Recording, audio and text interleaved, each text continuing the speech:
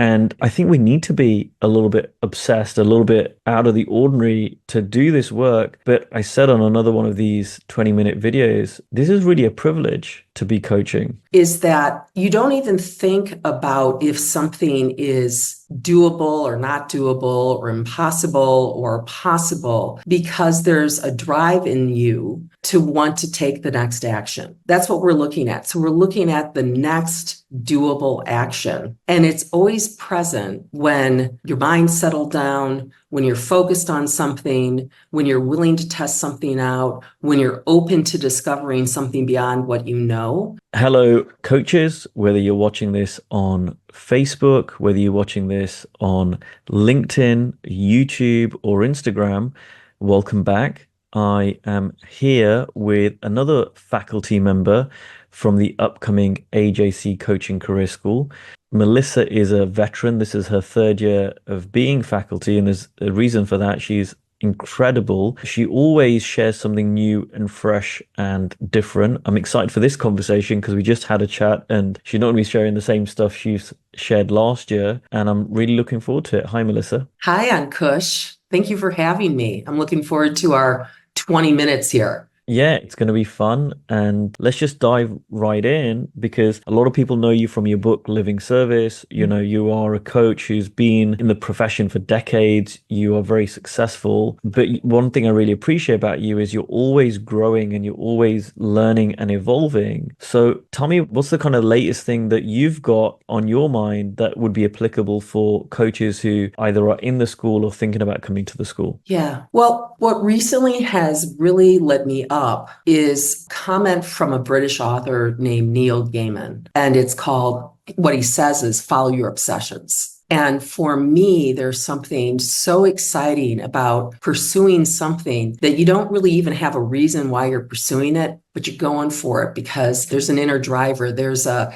desire, there's something you're curious about. And in your school, I want to take something I'm currently obsessed about and bring it to your coaches and have them look at it. And the thing that I'm really interested in is service and proposals. Where does service show up? How can we enhance, increase, make our proposals more impactful? Not just for prospective clients, but for ourselves and our businesses. I'm obsessed about service and fees. Fees are a really interesting topic because what we do as humans is we project all our insecurity, all of those insecurities onto the concept of money and fees and who am I and do I deserve it and am I worth it, all this stuff. And I really want to slow that down and open up the conversation, have it be much more transparent, and provide some space for your coaches around those two ideas. So that's what I'm currently excited about. And for me, something that I'm obsessed about doesn't necessarily mean that I don't feel discomfort around. Pretty much I do. I'm looking for the area where there's that interest, resistance, discomfort.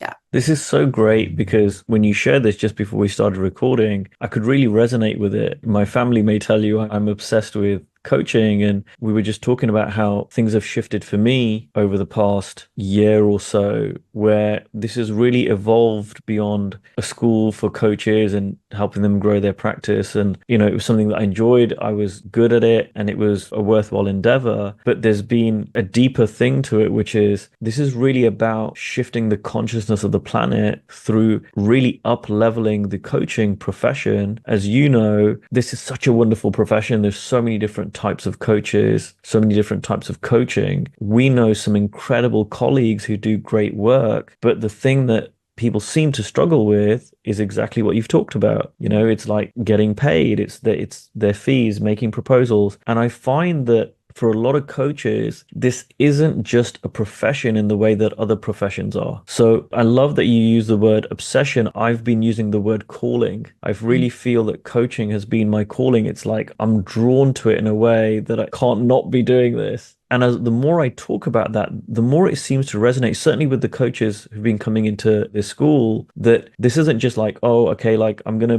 be an accountant because it's a good, safe job. I don't seem to see people doing that in this profession as other professions. Yeah, the coaches that get great at this profession are the ones who really do find their calling inside of it. They find their obsession inside of it. They find a reason beyond themselves that is thrilling and makes a difference beyond themselves. And that takes time. That's not where I started. My obsession was in proving that I could actually do this thing called coaching and get paid for it. And I remember I used to think that I shouldn't be proving. I should be serving. I should be doing all these things. But it was an obsession. It was the beginning of it for me. So wherever your coaches are at on their journey, there's something that has them drawn to this. And that's what they want to keep pursuing. And then it just keeps changing, just like what you've talked about. You've had a huge, from what I can see, when I look at videos or listen to audios, or I have clients who send me some of your content, there's been a huge shift in you because of this, a focus, a calling beyond you. That's absolutely true. And what's been wonderful to see is the more that I've talked about it, the more it hasn't just been a me thing. It seems to light other people up, especially in this profession, I find. And I think we need to be a little bit obsessed, a little bit out of the ordinary to do this work. But I said on another one of these 20-minute videos, this is really a privilege to be coaching. I feel it's an honor to be able to do this work and really have the level of impact we have on someone's life, which can change the entire trajectory of their lives. So I don't take that lightly. But what I love is what you've pointed to in previous masterclasses is that doesn't mean it's like this mountain that people have to climb. It's also very doable. So could you talk a little bit about that? Because I know you'll cover more of this in the masterclass, but how obsession doesn't have to be impossible. Yeah. Well, if it's impossible, you probably never go for it.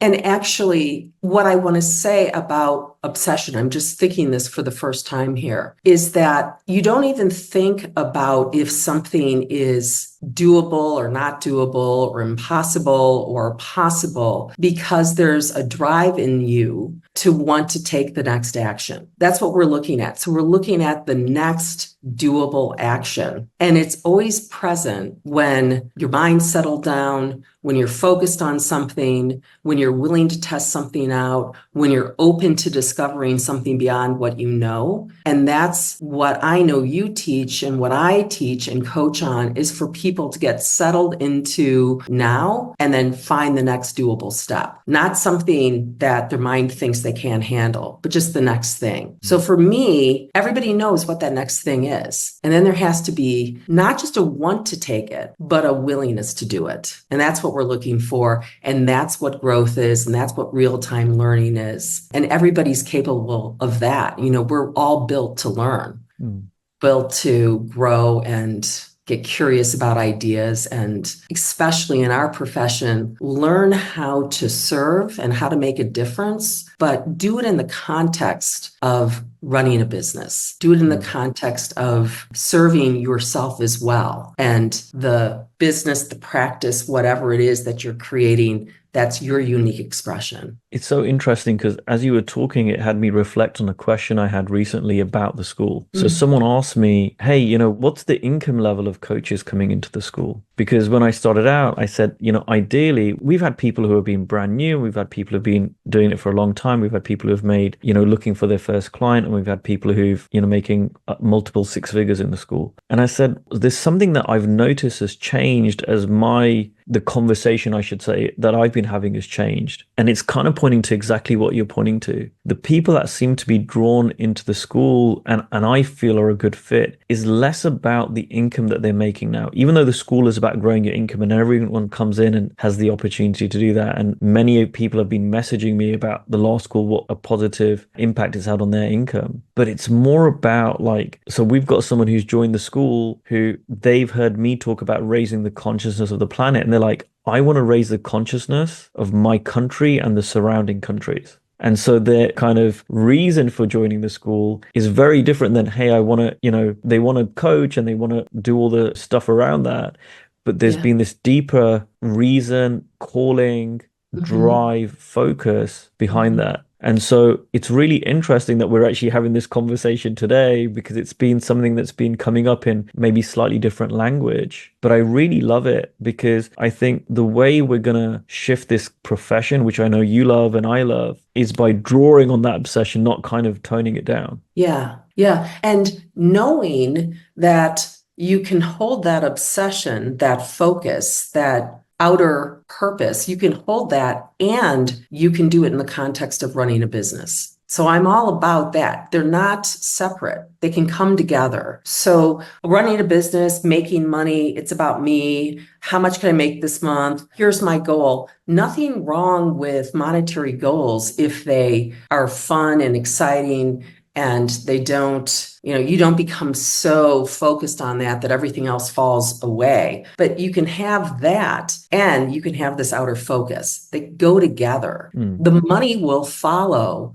whatever activity, conversations you're having, impact you make. It will follow that. The money will come from it, but they can be together. And that's something I'm obsessed about. It's so interesting you say that it's not separate because I don't think it's separate in any business. And No. I've got a buddy called Karan Rice. Some people may know him, and he's this venture capitalist guy and great guy, ran 7 marathons and in 7 continents in 7 days. And a few people know his story, but he talks a lot to entrepreneurs and it's the same conversation. What I find interesting in talking to him is the conversation he's having with kind of not generic entrepreneur, but like anyone in any business, because this is also a business, but it's the same thing across the board. If you're starting a company and you want to grow it, it often is an obsession that, or certainly the ones that are successful often have that like real singular focus and obsession around it. So one of the things I love talking about is, well, what are the differences in coaching? And, there are some nuances and differences, but I also love drawing on coaching is also very similar to, or being successful in this profession is very similar to other businesses. And I've never said this before. It's just occurring as you're talking like, oh yeah, this is totally true with other entrepreneurs too. Yeah, absolutely. My husband has a signage business and he's been in it for over 25 years. And I watched him start it on our dining room table. And fortunately, when he started it,